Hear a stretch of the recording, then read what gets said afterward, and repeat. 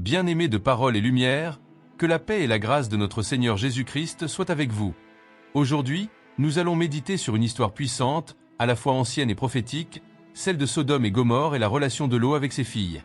Cette histoire, tirée du livre de la Genèse, n'est pas seulement un récit historique. Elle porte un message profond pour notre temps et une mise en garde pour les jours à venir. Prenons le temps d'examiner ensemble ces événements et d'y trouver des enseignements spirituels pour nous préparer à la fin des temps. Sodome et Gomorrhe étaient des villes prospères, situées dans une plaine fertile. Leur richesse matérielle était grande, mais leur état spirituel était lamentable. Ces villes étaient marquées par une corruption morale si profonde que les péchés de leurs habitants étaient montés devant le Seigneur. La Bible nous enseigne dans Ézéchiel 16h49 que le péché de Sodome ne se limitait pas à l'immoralité sexuelle, mais incluait l'orgueil, l'excès de nourriture et l'indifférence envers les pauvres et les nécessiteux. Ces caractéristiques nous rappellent tristement notre époque, où l'humanité est souvent obsédée par la prospérité matérielle, tout en négligeant les valeurs divines et les besoins des plus faibles. Lorsque Dieu décide de juger Sodome et Gomorrhe, il envoie 2 anges pour évaluer la situation. Ces messagers célestes sont accueillis par Lot, un homme juste vivant au milieu de cette société corrompue. Lot, bien qu'il habite au milieu d'une ville pécheresse, se distingue par son hospitalité et son désir de protéger les envoyés de Dieu. Cependant, la réaction des habitants de Sodome révèle la gravité de leur dépravation. Ils cherchent à commettre une abomination en s'en prenant aux anges. À ce moment, la sentence divine devient inévitable. Dieu ne peut tolérer une telle corruption sans agir. Les anges avertissent Lot et lui demandent de fuir avec sa famille. Mais cette fuite est conditionnée par une obéissance totale, ne pas regarder en arrière. Ce commandement, bien que simple, met en lumière un principe spirituel profond. Regarder en arrière symbolise un attachement au passé, un regret pour un monde pécheur que Dieu est en train de juger. La femme de Lot, en désobéissant et en se retournant, devient une statue de sel. Cet acte nous enseigne qu'il est impossible de suivre Dieu tout en ayant le cœur attaché à ce que Dieu condamne. Lot et ses 2 filles parviennent à s'échapper, mais ce n'est que le début d'une autre épreuve. Se croyant isolées et pensant que l'humanité entière est anéantie, les filles de Lot prennent une décision désespérée. Elles énivrent leur père et cherchent à préserver leur lignée en concevant des enfants de lui. Cet acte, bien qu'immoral, découle de leur peur et de leur ignorance. Les enfants issus de cette union, Moab et Ammon, deviendront les ancêtres de 2 nations souvent en conflit avec Israël. Cet épisode nous rappelle que les conséquences des décisions humaines, qu'elles soient justes ou erronées, s'étendent bien au-delà de leur moment immédiat. Mais que nous enseigne cette histoire à propos des derniers temps? Dans le livre de l'Apocalypse, nous voyons une image similaire à celle de Sodome et Gomorrhe. Le monde, dans les derniers jours, sera rempli de violence, de corruption et d'immoralité, comme le dit Jésus dans Luc 17, 28-30. Ce qui arriva du temps de Lot arrivera de même au jour du Fils de l'homme. On mangeait, on buvait, on achetait, on vendait, on plantait, on bâtissait. Mais le jour où Lot sortit de Sodome, une pluie de feu et de soufre tomba du ciel et les fit tous périr. Il en sera de même le jour où le Fils de l'homme paraîtra. Ce parallèle est frappant.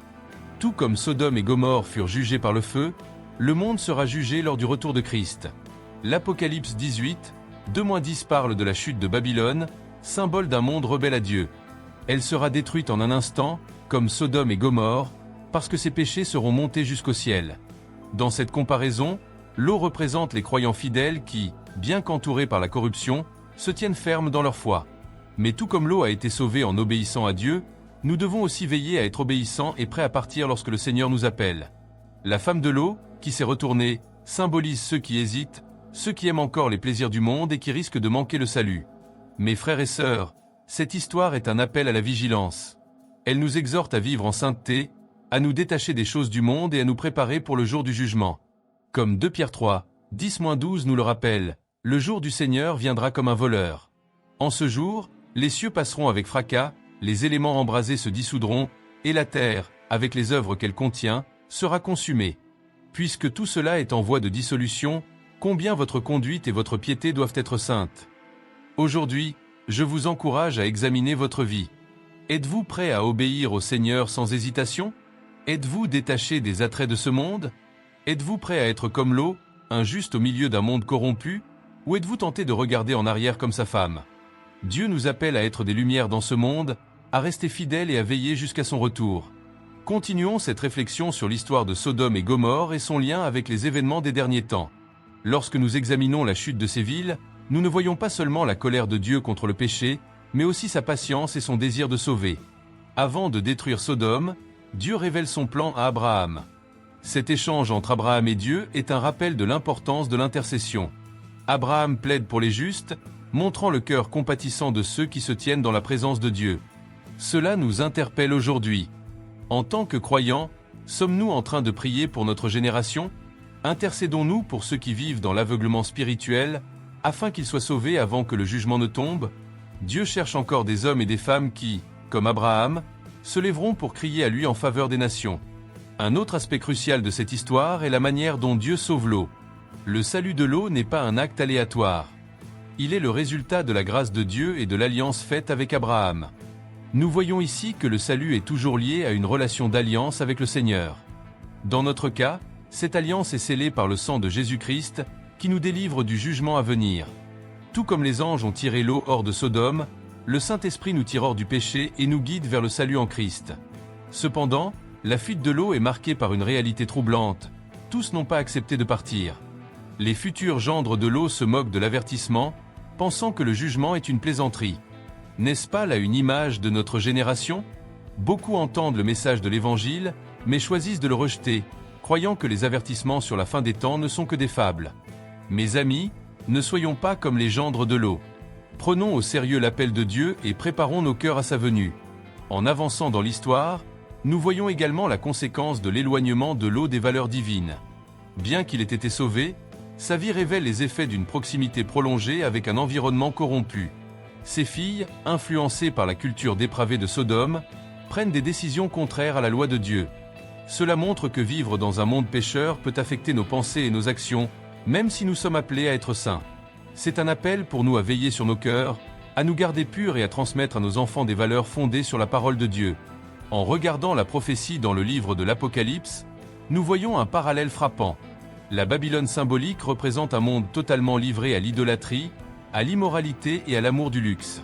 L'Apocalypse 18h4 nous adresse cet avertissement clair. « Sortez du milieu d'elle, mon peuple, de peur que vous ne participiez à ses péchés et que vous n'ayez part à ses fléaux. » Ce message est similaire à celui donné à l'eau.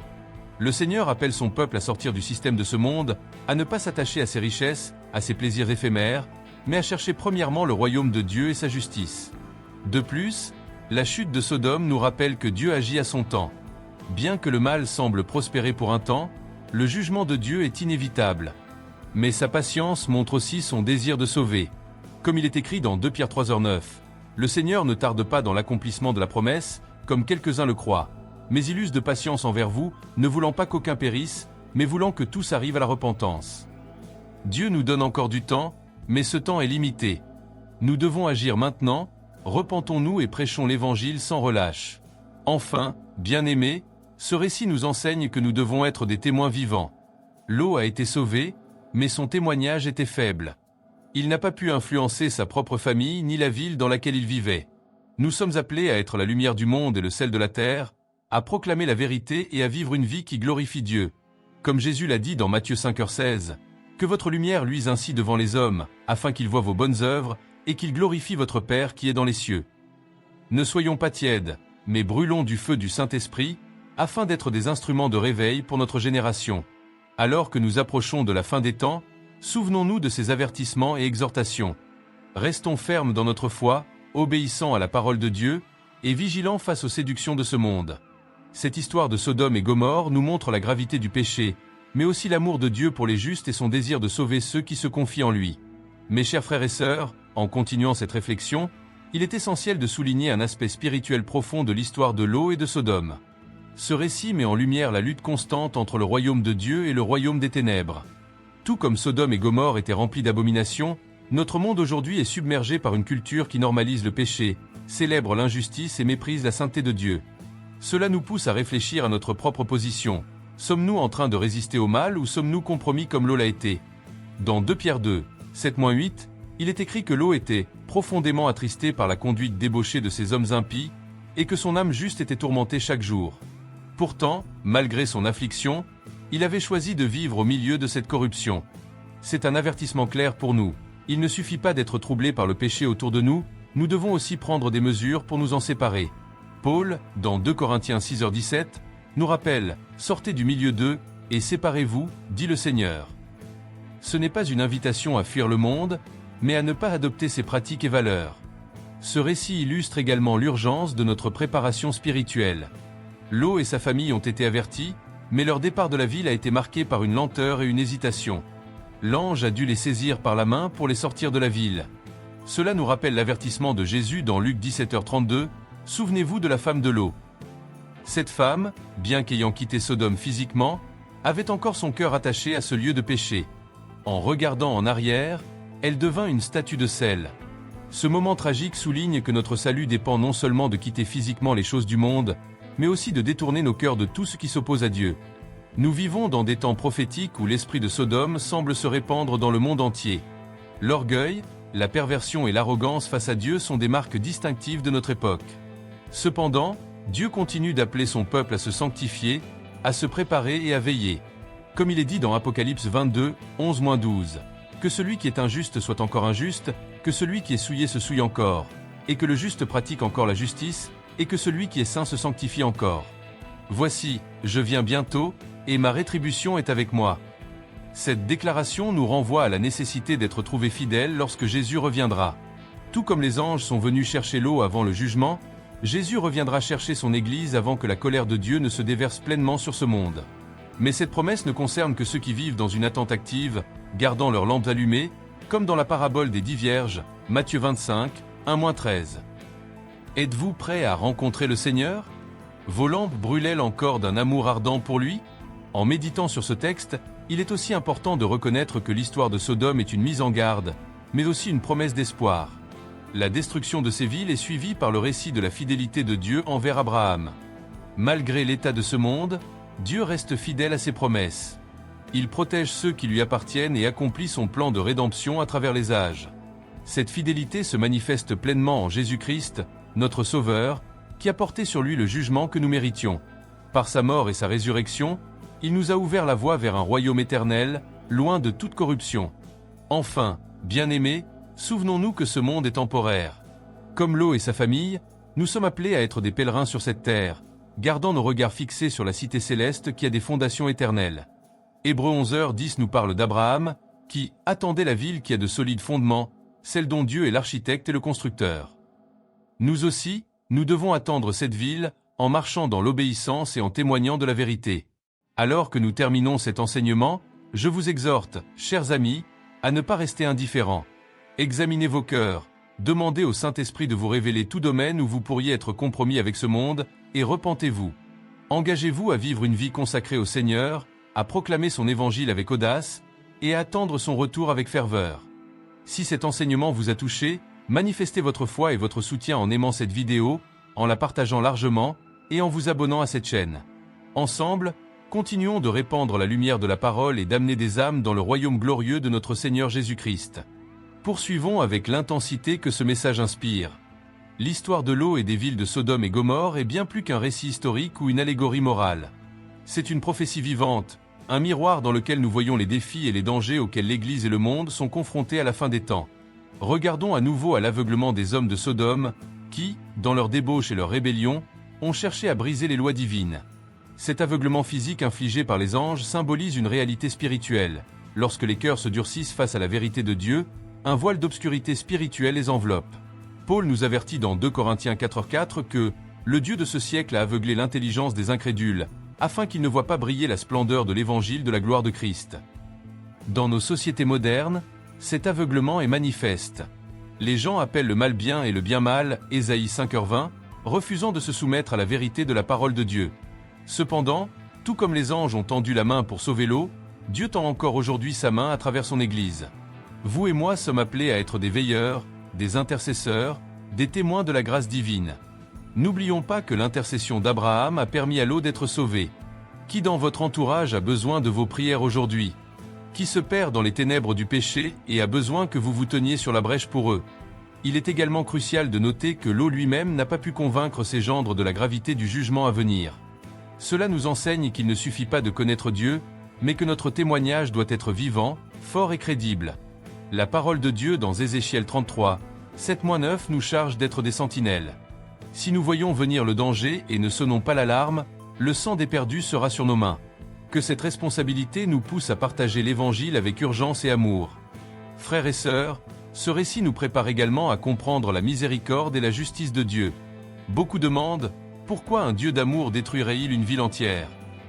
Mais cette question montre une incompréhension de la sainteté divine. Dieu n'est pas seulement amour, il est aussi juste et saint. Il est lent à la colère, mais il ne laisse pas le péché impuni.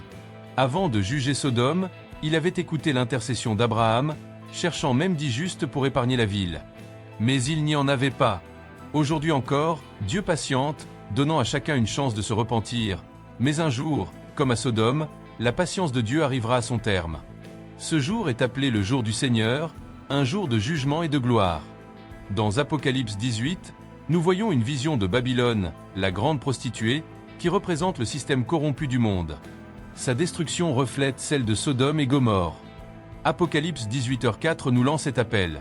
Sortez du milieu d'elle, mon peuple, afin de ne pas participer à ses péchés et de ne pas recevoir son châtiment. Ce message est pour nous aujourd'hui. Sommes-nous attachés aux valeurs de ce monde? Avons-nous laissé entrer dans nos vies, nos familles, ou même nos églises des compromis avec la vérité de Dieu? En tant que disciples de Christ, nous sommes appelés à vivre dans la pureté et l'espérance. Dans Romains 12h2, Paul nous exhorte. Ne vous conformez pas au siècle présent, mais soyez transformés par le renouvellement de l'intelligence. Ce renouvellement vient par la méditation de la parole, la prière fervente et une vie guidée par l'Esprit Saint. Alors que nous attendons le retour de notre Seigneur, rappelons-nous que nous ne sommes pas seuls dans cette attente. Tout comme les anges ont accompagné Lot dans son cheminement hors de Sodome, le Saint-Esprit nous accompagne, nous guide et nous fortifie. Il nous enseigne à rejeter l'impiété et les convoitises mondaines pour vivre dans la justice et la sainteté. Tite 2, 11-13. Bien-aimés, alors que cette réflexion touche à sa fin, j'aimerais vous rappeler que chaque décision que nous prenons aujourd'hui détermine notre destination éternelle. Choisirez-vous la voie large qui mène à la destruction ou la voie étroite qui mène à la vie? Jésus nous appelle à porter notre croix chaque jour, à renoncer à nous-mêmes et à le suivre fidèlement. Si ce message vous interpelle, je vous encourage à ne pas simplement l'écouter, mais à y répondre. Prenez un moment pour examiner votre cœur devant Dieu. Y a-t-il des attitudes, des habitudes ou des relations qui vous lient encore à Sodome? Demandez à Dieu de vous purifier, de vous libérer et de vous équiper pour marcher dans la lumière de son royaume. Enfin, chers amis, si ce message a éclairé votre chemin ou nourri votre foi, montrez votre engagement en aimant cette vidéo, en la partageant avec vos proches et en vous abonnant à cette chaîne. En faisant cela, vous devenez un instrument dans les mains de Dieu pour propager la lumière de l'Évangile. Ensemble, illuminons les ténèbres et préparons-nous pour le glorieux retour de notre Seigneur Jésus-Christ. Si vous avez été touché par cet enseignement, je vous invite à poser un acte de foi. Aimez cette vidéo, partagez-la avec d'autres pour que la parole de Dieu se répande, et abonnez-vous à Parole et Lumière pour ne manquer aucun message. En faisant cela, vous participez à l'œuvre du Seigneur et témoignez de votre amour pour Jésus-Christ. Que Dieu vous bénisse abondamment et vous garde jusqu'à son glorieux retour. Amen.